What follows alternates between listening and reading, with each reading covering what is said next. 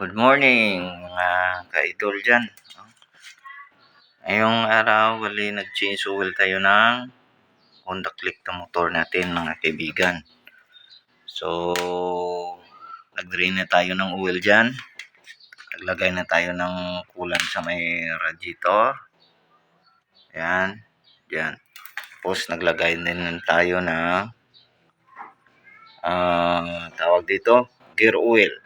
Pero yung ginagamit ko, ito, yung oil pa rin sa nilalagay natin sa engine kasi para less tayo, makamura, parehas man lang yan, mas matibay pa nga yan sa gear oil.